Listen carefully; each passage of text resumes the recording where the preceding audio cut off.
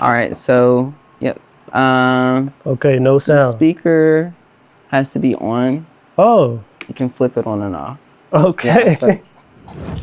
Yeah, that was a little bit embarrassing, but it just goes to show that I truly have not used the MPC Live in years, bro.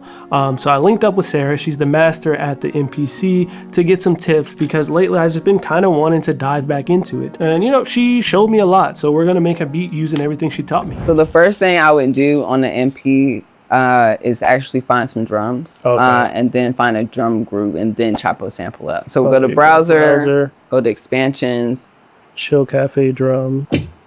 Yeah. Easy.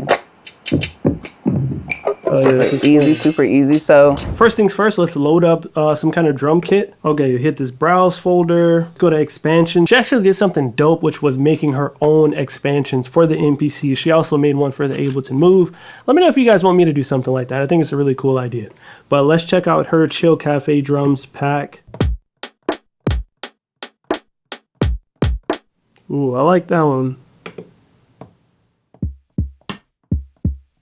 Okay, main, I think the tempo is right here. Just click that, do 93.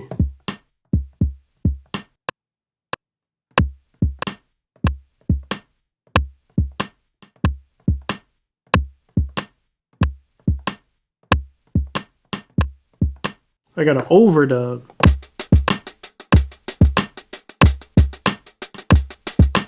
All right, we got a little drum loop.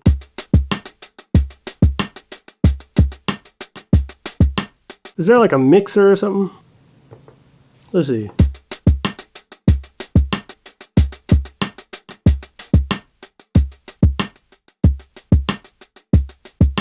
Okay, cool. We're learning stuff on our own now. All right, time to add a sample. This is the best part. So if you go to browse, go through your SD card, and you're gonna find a folder that says Soulful Sonic. I'm gonna load to pull. What it does, it loads this sample into my project without creating a track because I haven't chopped it up yet. Go to sample edit so I can go find the sample. What I like to do is just start chopping up the sample.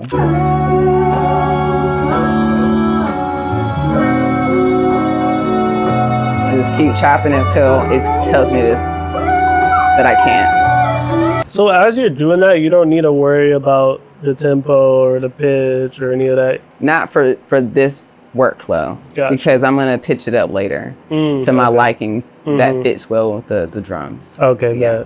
Folder, let's go places, and let's go to the pack she gave me, the Soul Sonics Volume 4, compositions. We're gonna do that one. Load to pool. Menu? Sample edit. Oh yes, here's the sample process, and we copy it so that we have a copy. And now we hit trim, and I believe we just start going.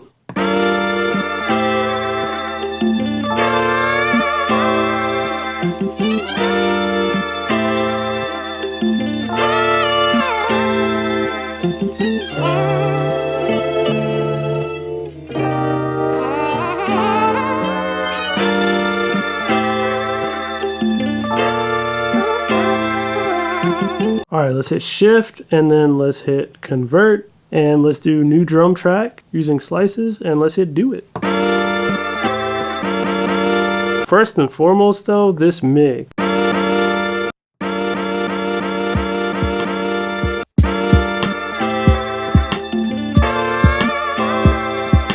Now, how do we mess around and transpose and stuff like that? So what I do is go to track edit. We're gonna go to global. The global tab affects all the sounds on this one track. So if I go down,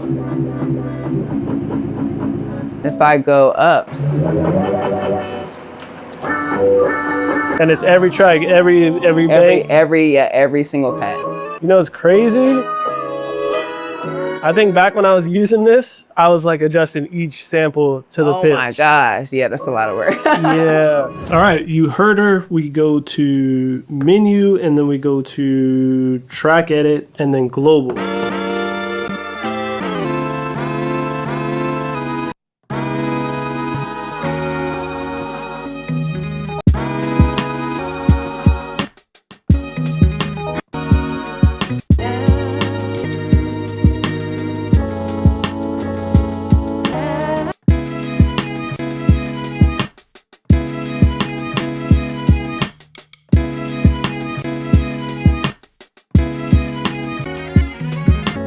Okay. Let's record that as an intro.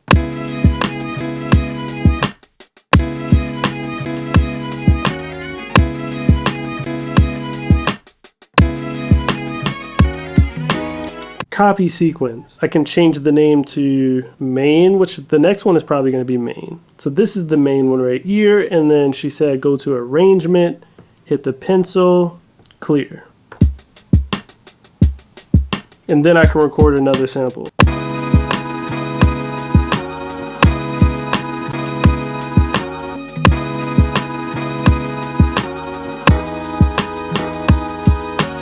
Honestly, the question is always, where do we go from here? We got a sample, we got drums. Should I just export this thing into Ableton?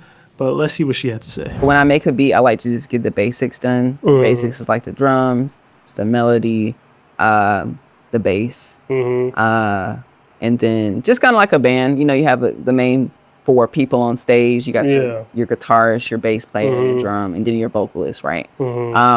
Once you get those things, then you start adding layers, of course, right? So the next part is the bass is missing. So what I would do is add a bass line, right? So I have a Chord AI app or Chord AI app that tells me the key. Then I would hit plus new track. So it literally has its own plugins, right? It's got synths. This is your chord performance button. So that gives you, that shows you what key you're in, and also you can choose a scale. So you can go to chromatic, choose, let's say this is an A flat, you can go to pentatonic, and it'll just show you what will work. Yeah. All right, she said to use the Chord app. I have it right here, but how does it work?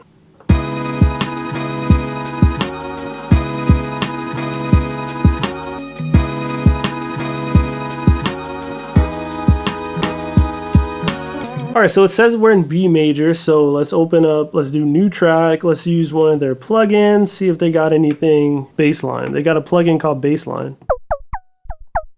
So yeah, we have this section right here that can put everything in the key we're in. So right, I already put it to B major here.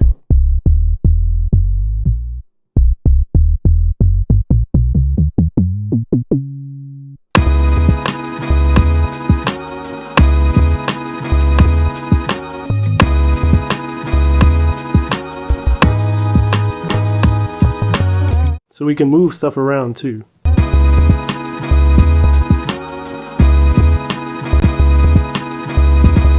Okay, so we got sort of a full beat. So how would she arrange it? So we have these 2 sequences now, and we want to kind of turn it into a song. So there's a few different ways of kind of doing this, literally like 2 or 3 ways. So I'm going to show you the arranger. So if we go to menu, Arrange. Yes, boom, hit that button. All right, so this shows us what's in the current sequence we're in. So these are the 4 bars that are in sequence 2. So let's say that we want to expand it to maybe 64 bars. So we can kind of maybe add layers to it. Hit this edit button. We want to double the length. So it just took that 4 bars into 8 bars. Okay, that is something important to know for sure. And then I can hit, so now you got a long song. So you can add layers, or you can actually hit shift, and all of these things are locators. So like on Ableton, you can, you see how on my Ableton, you have introduction, verse, pre-chorus, Yeah. So you can do that for your project. So you can hit set, and that's going to be the intro. Okay, and then you drag it over here. And then you can hit shift and hit set again. Okay, cool. To kind of have markers to know where you're at. But realistically, are you doing this? This is not my favorite method. So the other method I would do, because I don't like doubling the stuff and then adding. I already like having 8 sequences, and each sequence has a completely different drum chop, or I'm sorry, a different sample chop, right? Yeah. I would actually go to menu, and there's a thing called song mode.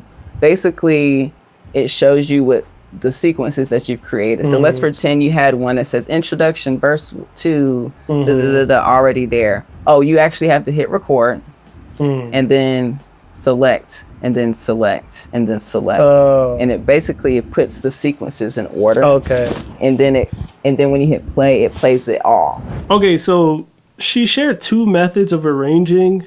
One is like this little mini DAW on the touchscreen, which I'm not gonna lie, I'm low-key not a big fan of. I think I prefer the other method, which was just messing around with the sequences, right? So I have these different sequences.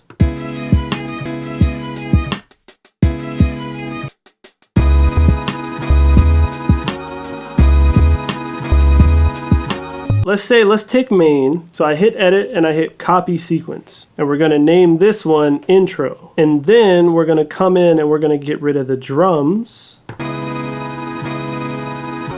So now we have an intro. She said to go to song mode. That's how she does it. So I'm gonna go to song. And let's see how that goes.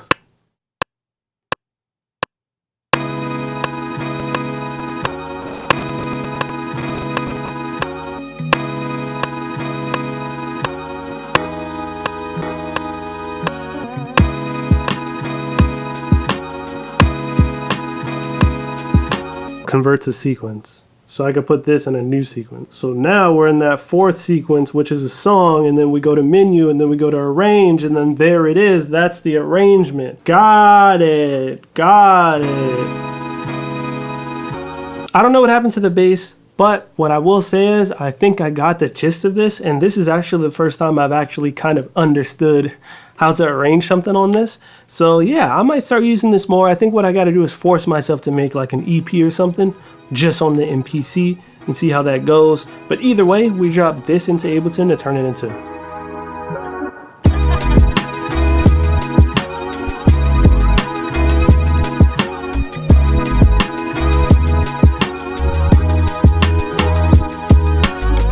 So regardless, it's Ableton gang, because that's how we make things sound good, you know what I'm saying? But yeah, shout out to Sarah the Illstrumentalist for letting me come to her studio and showing me the way around of the MPC Live.